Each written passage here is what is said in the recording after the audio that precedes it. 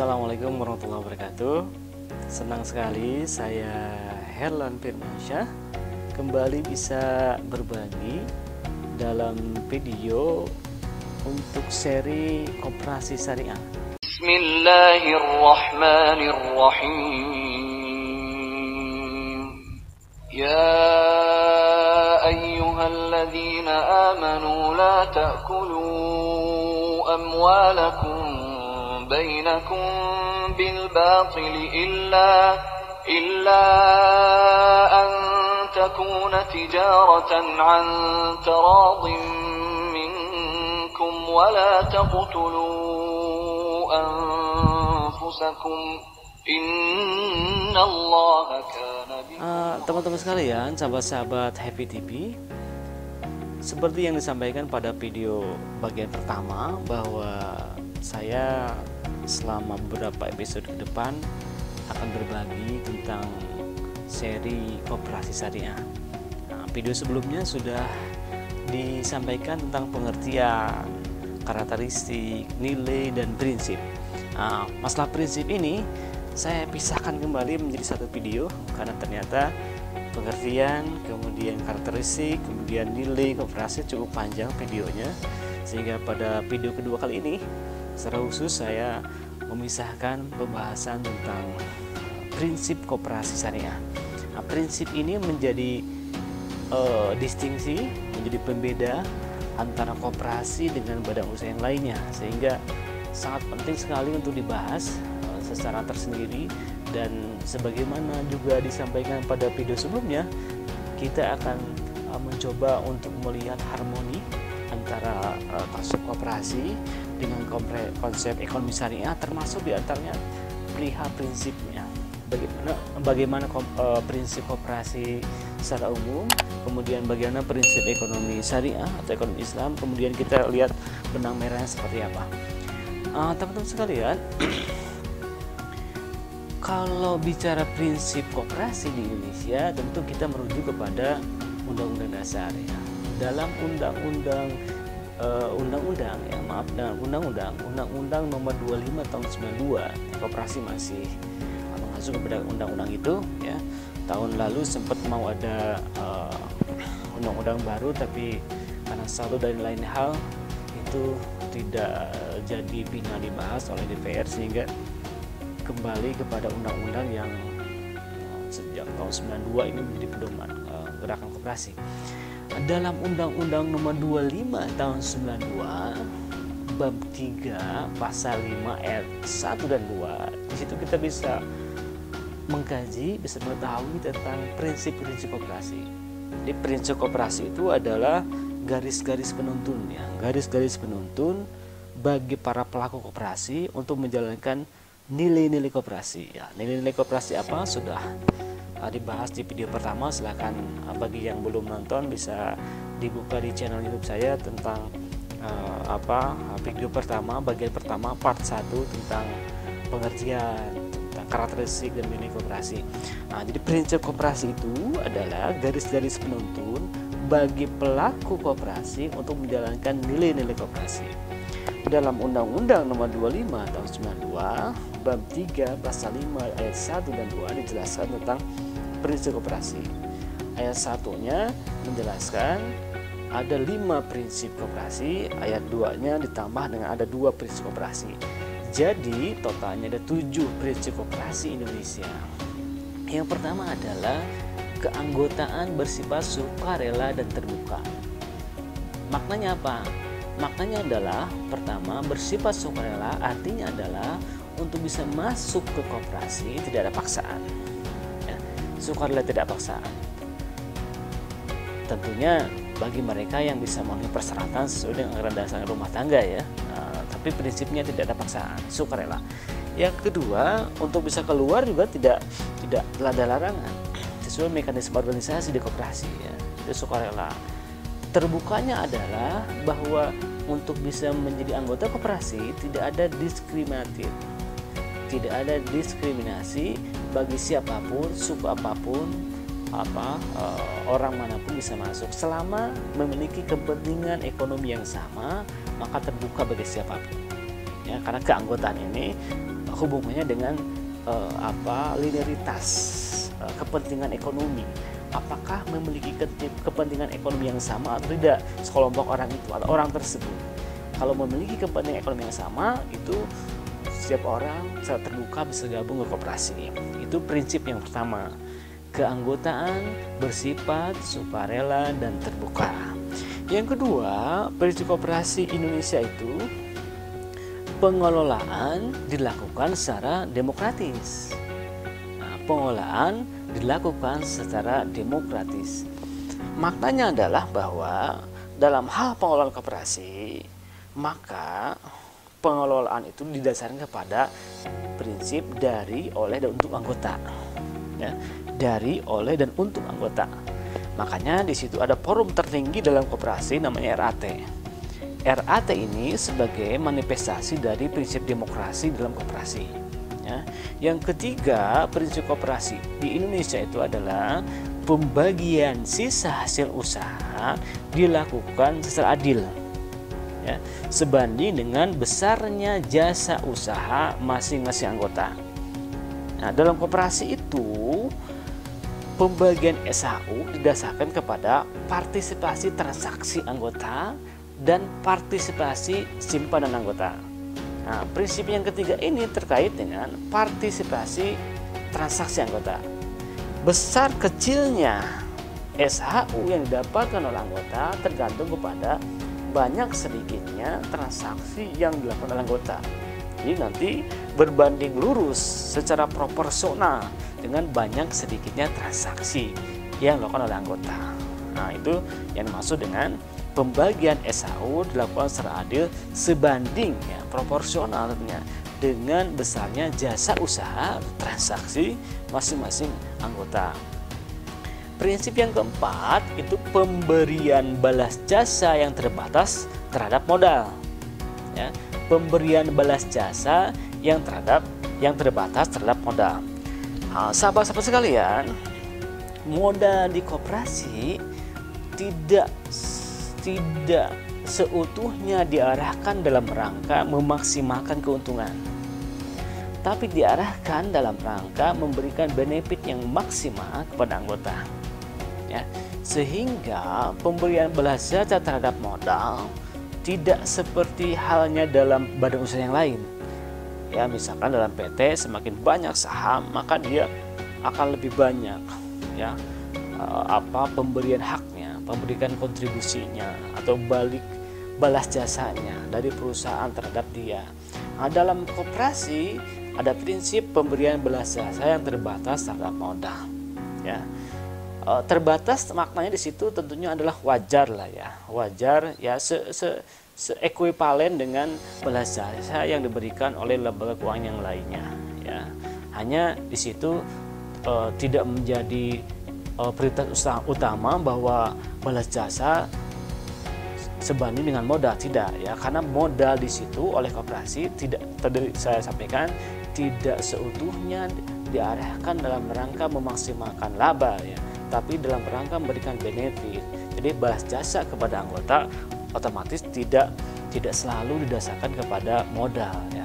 Dan dalam koperasi banyak sedikitnya modal tidak menentukan banyak sedikitnya suara, ya. Jadi bermodalnya berapapun tetap one member one vote. One member one vote. Beda dengan di PT banyaknya modal menentukan banyak suara, kan? Tapi di koperasi tidak. Nah, one member one vote, modal tidak menentukan banyak sedikitnya suara dalam forum RAT sebagai forum tertinggi di koperasi. Itu makna yang keempat, pemberian balas jasa yang terbatas terhadap modal. Yang kelima adalah kemandirian. Ya, sesuai dengan nilai-nilai koperasi itu ada nilai kemandirian juga, di prinsip ada kemandirian juga. Jadi self help, mengutamakan kemampuan diri sendiri. Dalam hal bisnis misalkan, maka yang diutamakan adalah modal internal, simpan pokok, simpan wajib sebagai modal untuk mengembangkan usahanya. Ya. Jadi kemandirian di sini dalam arti bahwa dalam kegiatan kelembagaan, dalam kegiatan bisnis, maka koperasi mengutamakan kemampuan internal, kemampuan diri sendiri, kemampuan keanggotaan dan pengurus serta organisasi, sehingga dia tidak tergantung kepada pihak lain. Untuk bisa besar tidak tergantung pada pihak lain, tapi tergantung kepada kolektivitas dan partisipasi ekonomi anggota. Ya, anggota pengurus pengawas berkolaborasi untuk mengembangkan organisasi sehingga organisasi tidak tergantung kepada pihak lain. Ya, bisa besar dengan mengedepankan kemandirian. Itu prinsip yang kelima. Prinsip yang keenam, pendidikan perkoperasian. Nah, pendidikan ini sangat penting. Kenapa? Karena besar kecilnya usaha koperasi akan sangat tergantung kepada partisipasi ekonomi anggota. Partisipasi akan besar kalau anggota semakin sadar, semakin tinggi rasa memilikinya, semakin tinggi literasinya tentang koperasi. Maka untuk meningkatkan literasi anggota tentang koperasi maka perlu pendidikan. Ya, sehingga dengan adanya pendidikan diharapkan literasi anggota meningkat, otomatis partisipasi ekonomi anggota meningkat terhadap koperasi. Ya, kalau partisipasi ekonomi anggota meningkat, maka bisnis koperasi, kelembagaan koperasi bisa besar. Jadi siapa yang dididik nanti? Terutama adalah anggota, yang keduanya adalah pengurus, yang ketiganya adalah pengawas. Ya, pengawas dan pengurus juga kan dia berasal dari anggota. Ya, jadi pada intinya adalah anggota. Sehingga literasi anggota, pengurus, pengawas itu meningkat, ya, kinerja organisasi meningkat, kinerja bisnis meningkat, kemudian koperasi bisa tumbuh dengan baik. Maka pendidikan menjadi hal yang sangat penting untuk meningkatkan literasi dan kinerja organisasi dan usaha koperasi. Yang ketujuh, yang terakhir ini, prinsip koperasi Indonesia yang terakhir adalah kerjasama antar koperasi. Jadi filosofi koperasi itu kan semangat kolaborasi, semangat kerjasama, ya, kooperatif kerjasama. Maka kerjasama antar koperasi ini menjadi prinsip tersendiri dalam koperasi Indonesia. Nah, di Indonesia ada namanya gerakan organisasi gerakan koperasi, ada Dekopin, ya, ada berbagai organisasi yang lain sebagai simpul kerjasama, misalkan pusat koperasi, induk koperasi, gabungan koperasi, koperasi sekunder. Itu menjadi simpul-simpul agar terjadi yang disebut dengan kerjasama antar koperasi. Jadi tidak sendiri-sendiri tuh, ya, koperasi punya kepentingan ekonomi yang sama, anggotanya sesama koperasi juga punya kepentingan ekonomi yang sama, bisa dilakukan kerjasama antar koperasi sehingga koperasi menjadi besar. Ya, koperasi akan menjadi besar kalau ada kerjasama antar koperasi di antaranya, baik kerjasama dalam dalam kegiatan bisnis maupun kerjasama dalam kegiatan pendidikan atau kerjasama dalam bidang-bidang yang lainnya. Jadi kesimpulannya ada 7 prinsip koperasi Indonesia berdasarkan Undang-Undang Nomor 25 Tahun 92 Bab 3 Pasal 5 Ayat 1 dan 2. Itu prinsip koperasi. Berikutnya teman-teman sekalian, sahabat-sahabat Happy TV, kita lihat sekarang prinsip-prinsip ekonomi Islam atau ekonomi syariah. Ya. Adakah di antara prinsip ekonomi Islam, ekonomi syariah itu yang memiliki irisan, yang harmoni, ya, yang memiliki harmonisasi dengan prinsip koperasi tadi itu? Nah, kita bisa mengkaji berbagai literatur tentang prinsip ekonomi Islam. Saya menarik benang merah beberapa prinsip ekonomi syariah dari berbagai literatur dan saya kelompokkan menjadi 2. Ya. Yang pertama adalah ada prinsip-prinsip universal ekonomi Islam. Nah, bisa lihat di layar monitor sebelah kanan saya ada prinsip-prinsip ekonomi Islam yang sifatnya universal. Nanti yang kedua ada prinsip-prinsip ekonomi Islam secara teknisnya. Ya, jadi prinsip-prinsip teknis dan prinsip-prinsip universal. Prinsip universal dalam ekonomi Islam atau ekonomi syariah yang pertama adalah tauhid. Kita bisa menemukan di berbagai surat dan ayat Al-Quran, di antaranya Quran surat yang kedua ayat 30 dan seterusnya ada prinsip tauhid. Prinsip tauhid ini menjadi prinsip mendasar, fundamental dalam ekonomi Islam. Ya, karena semua kegiatan, ya, akidah, syariah, muamalah, akhlak, ya, termasuk di syariah ada ibadah, muamalah dan sebagainya, maka payungnya adalah tauhid. Tauhid ini sebagai pondasi yang paling mendasar dalam Islam, sehingga dalam konteks ekonomi juga tauhid itu menjadi prinsip yang paling utama, pertama dan utama. Semua kegiatan disandarkan kepada Allah, sehingga disebut juga ekonomi Islam itu sebagai ekonomi Rabbani. Kenapa? Karena tauhid menjadi fondasi dalam kegiatan ekonomi Islam. Yang kedua, prinsip ekonomi Islam itu adalah keadilan, al-adl, keadilan. Ya, kita bisa menemukan di beberapa ayat tentang keadilan, di antaranya Quran surat 4 ayat 58. Keadilan, al-adl. Di koperasi itu al-adl, kan tadi prinsip, misalkan prinsip yang ketiga itu pembagian SHU dilakukan secara adil, kan? Nah, adil itu berlaku. Ya. Musyawarah, yang ketiga adalah musyawarah. Ya, kita bisa menemukan dalam Quran surat ketiga ayat 159. Ya, dan ayat yang lainnya juga ada tentang musyawarah. Di koperasi ini dimanifestasikan dalam kegiatan RAT sebagai musyawarah. Ya, penetapan persentase SHU, penetapan tentang jenis usaha, kepengurusan dan sebagainya diwujudkan dalam musyawarah, dan musyawarah di koperasi diwujudkan dalam kegiatan RAT sebagai forum tertinggi dalam koperasi, musyawarah. Kemudian persamaan di koperasi kan one man one food, one member one food, persamaan. Ya. Prinsip persamaan dalam ekonomi Islam yang keempat ini bisa kita temukan dalam Quran surat yang keempat ayat 1 misalkan, ya, dan surat yang lainnya. Kemudian yang kelima, prinsip universal ekonomi Islam itu kebebasan.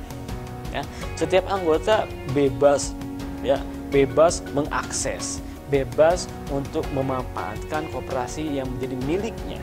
Dalam koperasi kan anggota itu sebagai owner, maka dia punya kebebasan untuk mengakses semua fasilitas, semua manfaat yang bisa diberikan oleh koperasinya. Tentunya dengan rule, dengan panduannya adalah anggaran dasar rumah tangga yang sudah disepakati oleh yang bersangkutan juga. Jadi ini prinsip kebebasan.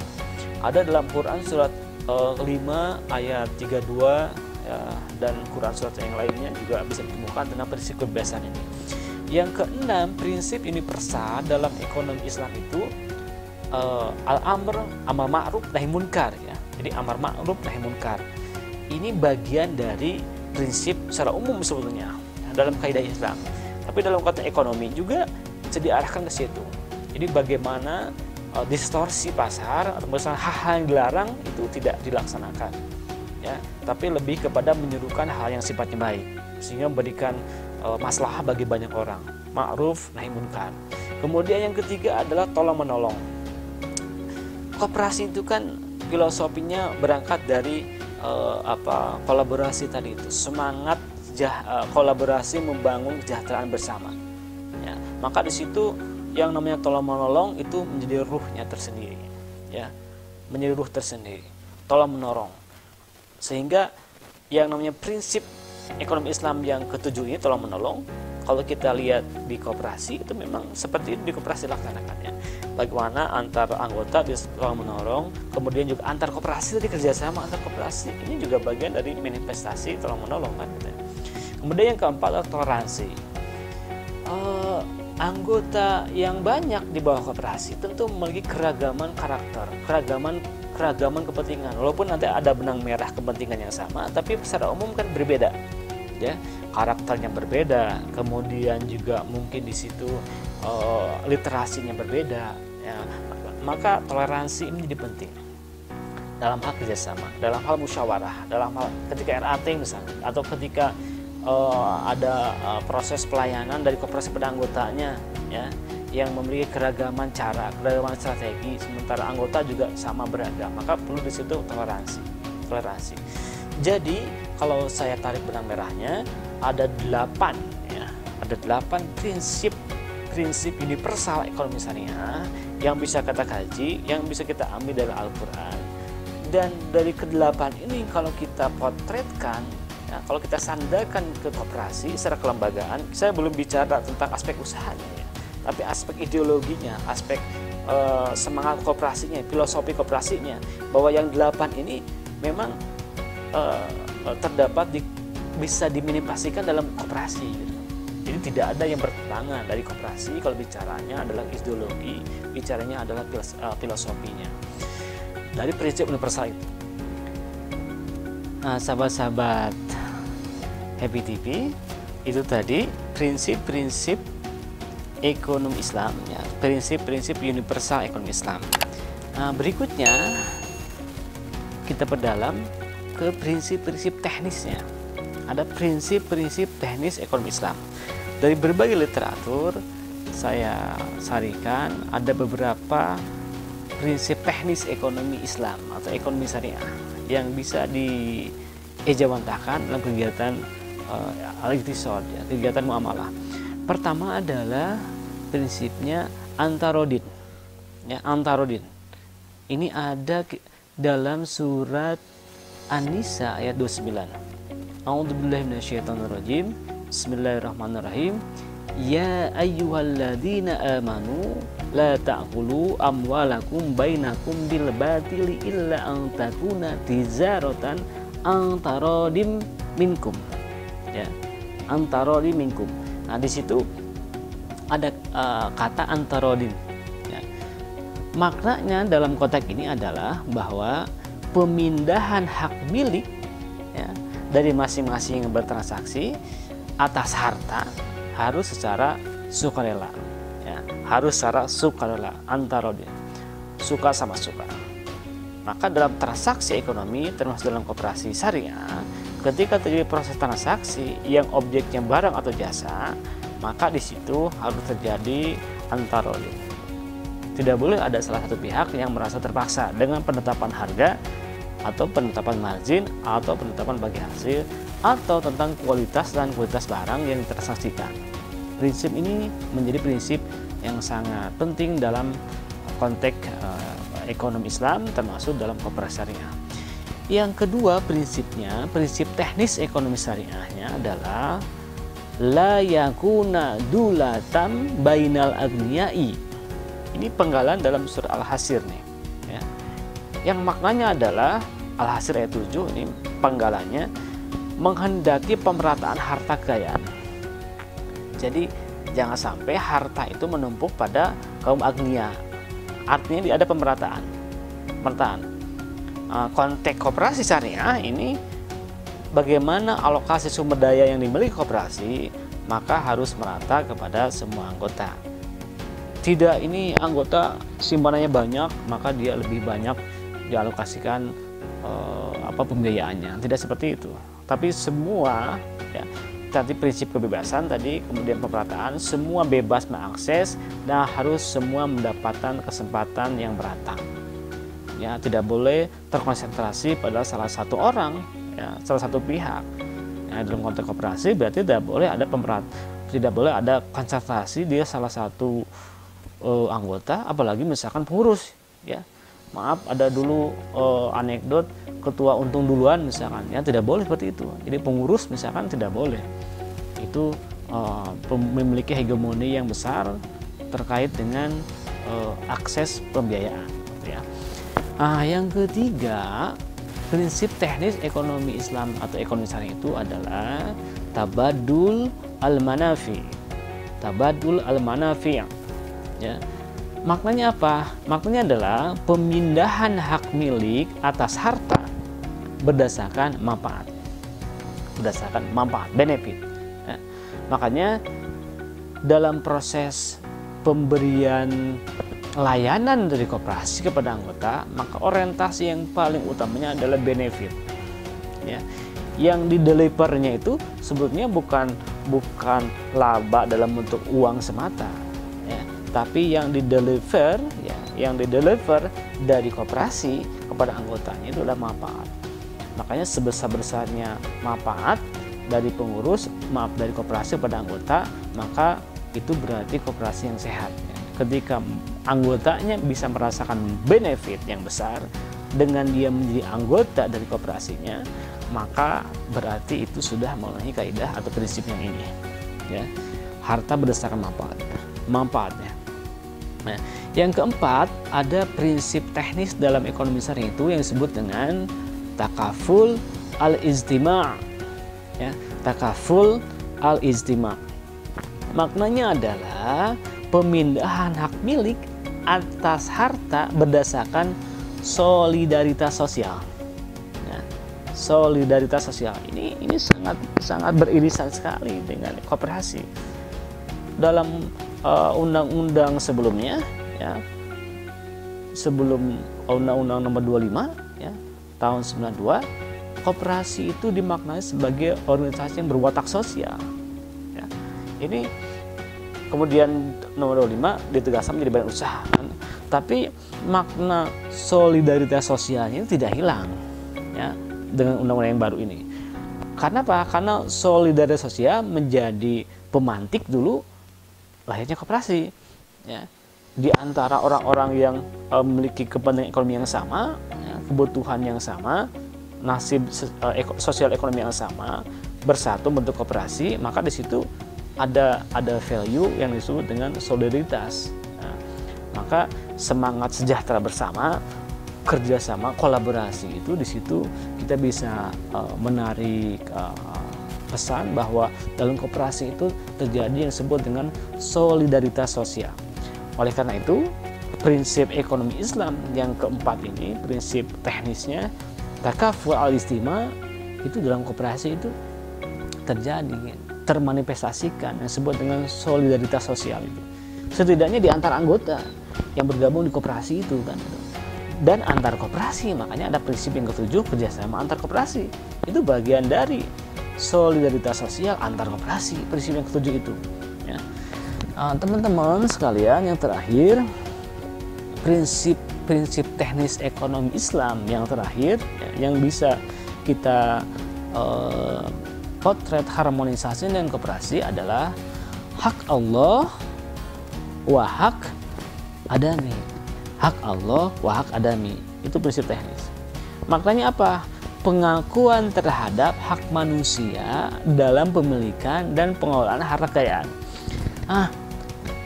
Ekonomi Islam itu salah satu yang membedakan sistem ekonomi Islam yang membedakan dengan sistem ekonomi kapitalis dan sosialis adalah bahwa dalam ekonomi Islam itu ada yang disebut dengan konsep multi ownership.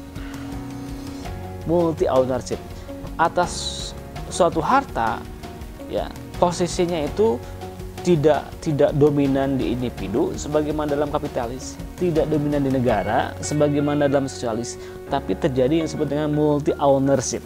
Di situ ada milik mutlaknya di Allah karena prinsip tauhid dari itu. Yang kedua ada hak milik negara, ya, ada hak milik publik, dan ada hak milik individu. Nah, pengakuan terhadap hak manusia dalam pemilikan dan pengelolaan harta kekayaan itu menjadi distingsi tersendiri ya dari prinsip teknis ekonomi Islam. Oleh karena itu, ini juga harus terejawantahkan dalam kegiatan ekonomi, wabil khusus dalam kegiatan koperasi.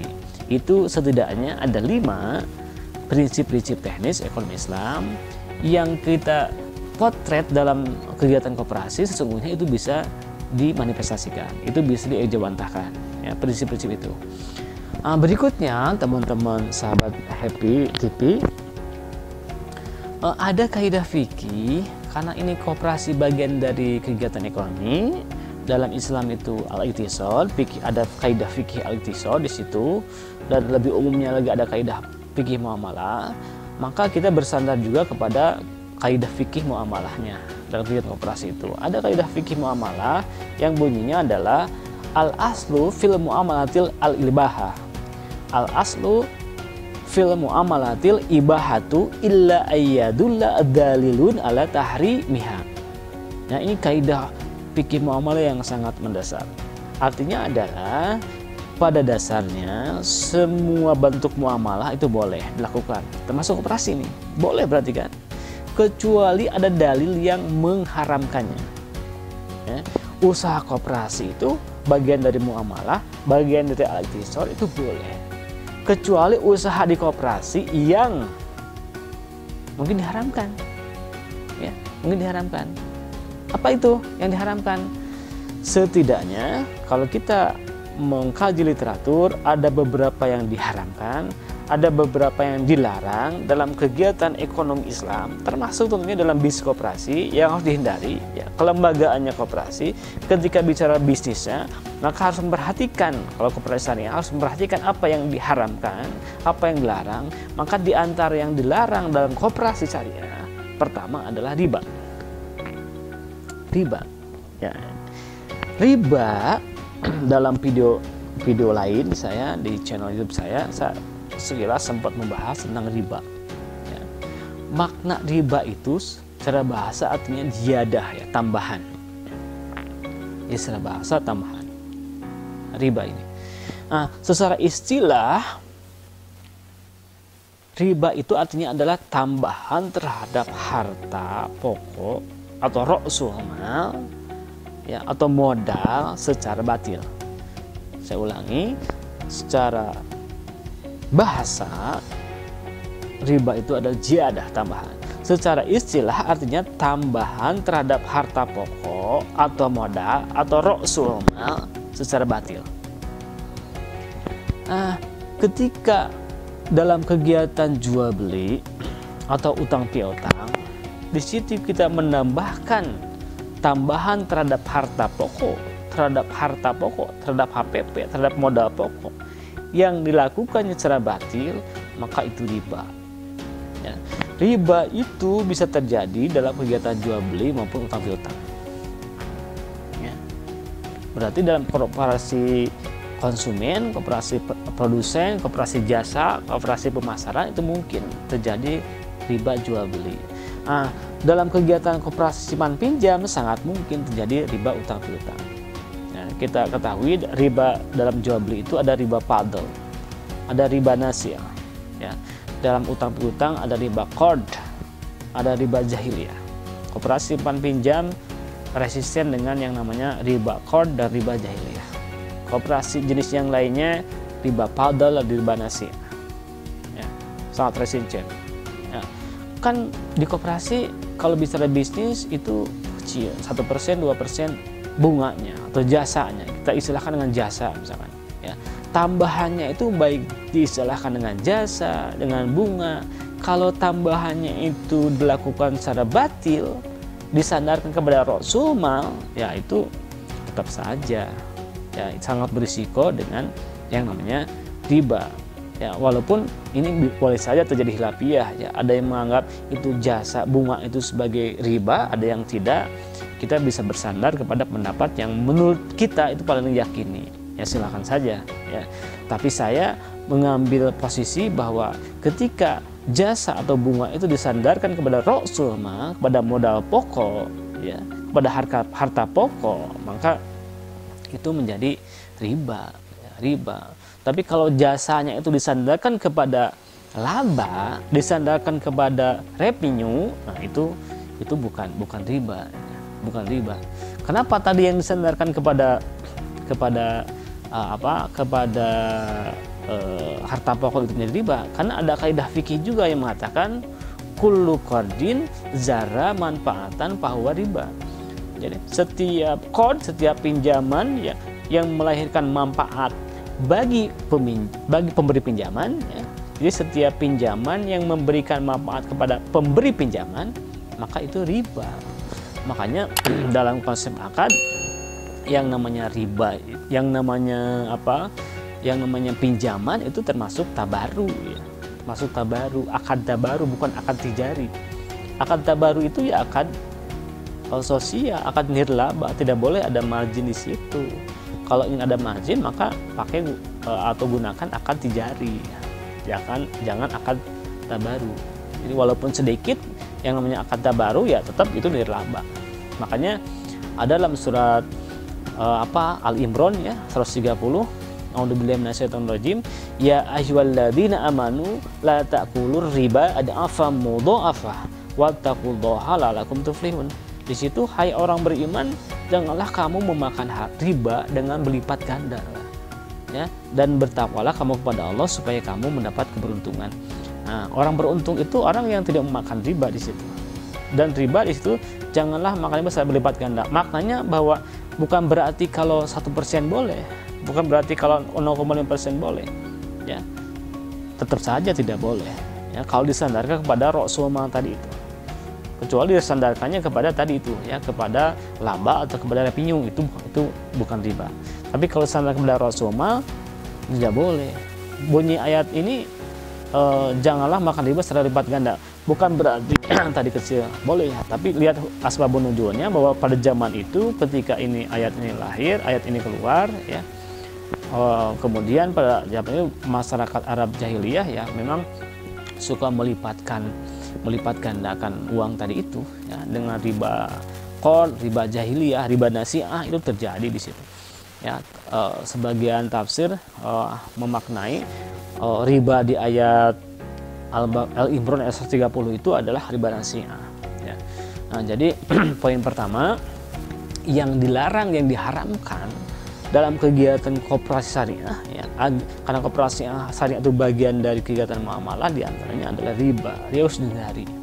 Makanya sangat penting ini kajian riba, bisa dikaji lebih jauh di video tersendiri sebenarnya riba ini, tapi sudah banyak juga kajian di channel yang lain tentang riba ini, bisa diperdalam, dan buku-buku juga banyak soal riba ini. Yang kedua yang dilarang dalam kegiatan koperasi syariah itu adalah maisir ya, perjudian ya, kegiatan-kegiatan transaksi yang sifatnya perjudian ini tidak boleh, maisir ya. Yang berikutnya ada tadlis, penipuan. Biasanya dalam kegiatan perdagangan nih, jadi penipuan itu bisa terjadi dalam 4 aspek ya. Bisa terjadi dalam kegiatan di harga, di kuantitas, di kualitas, dan di waktu pengiriman. Biasanya penipuan bisa terjadi di situ. Satu, di kuantitas, jumlahnya dikurangi timbangannya misalnya ya. Di kualitas, mutunya jelek dibilang bagus misalnya, itu nggak boleh. Di harga, harganya murah dimahalkan atau sebaliknya misalnya. Dan terakhir, waktunya hoax ya, janji 2 hari ternyata 5 hari atau 6 hari, itu tadlis berarti. Penipuan semacam itu haram, tidak boleh ya. Tadlis dalam istilah ekonomi syariah disebut dengan tadlis. Tadlis itu tidak boleh dilaksanakan dalam kegiatan koperasi syariah karena itu diharamkan. Kemudian ada lagi yang dilarang, itu adalah bai najas. Bai najas ini bagian dari, kalau lihat referensi di mikroekonomi itu, bai najas itu bagian dari penawaran palsu, dimodifikasi penawaran ya. Jadi seorang penjual menyuruh seseorang bersekutu dengan seseorang untuk berpura-pura sebagai pembeli dengan menawar harga yang mahal ya. Untuk apa? Supaya pembeli yang lain terpengaruh. Jadi pura-pura jadi pembeli padahal dia bukan pembeli sesungguhnya, dia dibayar oleh penjual pura-pura menjadi pembeli dengan harga yang mahal ya, padahal dia bukan pembeli sesungguhnya, sehingga pembeli yang lain terpengaruh misalkan. Nah, itu tidak boleh, namanya bai najas ya. Bai najas ini penawaran palsu, jadi tidak boleh, distorsi dalam penawaran ya. Kemudian yang berikutnya yang dilarang adalah talaqi rukban. Talaqi rukban ini biasanya terjadi dalam penawaran juga, modifikasi penawaran ini, jadi terjadi distorsi dalam penawaran, di mana talaqi rukban itu pembeli di kota itu membeli barang langsung dari penjual di kampung atau di tengah jalan menuju kota, dibeli langsung oleh pembeli di kota. Tujuannya apa? Agar si penjual di kampung itu tidak masuk ke pasar yang ada di kota, sehingga dia tidak mengetahui harga sesungguhnya. Nah, maka ini juga dilarang. Kenapa dilarang? Satu, mengganggu persediaan barang di kota, sehingga supaya di pasar berkurang kan, karena ditahan oleh pembeli tadi di tengah jalan atau di kampung langsung itu. Yang keduanya, supplier di kampung dia tidak tahu harga sesungguhnya. Ketika terjadi seperti itu maka dilarang. Yang namanya talaqi rukban. Ya. Tapi bukan berarti bahwa pedagang di kota tidak boleh mencari barang yang lebih murah dan datang ke kampung, bukan seperti itu. Yang tidak boleh adalah satu, si supplier di kampung tidak dikasih tahu harga sesungguhnya yang terjadi di kota. Yang keduanya adalah terjadi penahanan barang untuk bisa masuk ke pasar di kota, sehingga suplai barang terganggu, otomatis harga kan akan terganggu juga pasar di kotanya. Hal semacam gitu dilarang ya. Kemudian yang dilarang yang ketiganya adalah ihtikar. Ihtikar itu adalah penimbunan. Nah, penimbunan tadi bisa saja beli barang di kampung mulai ditimbun dulu, harga di kota sudah mulai naik, baru disampaikan ke pasar.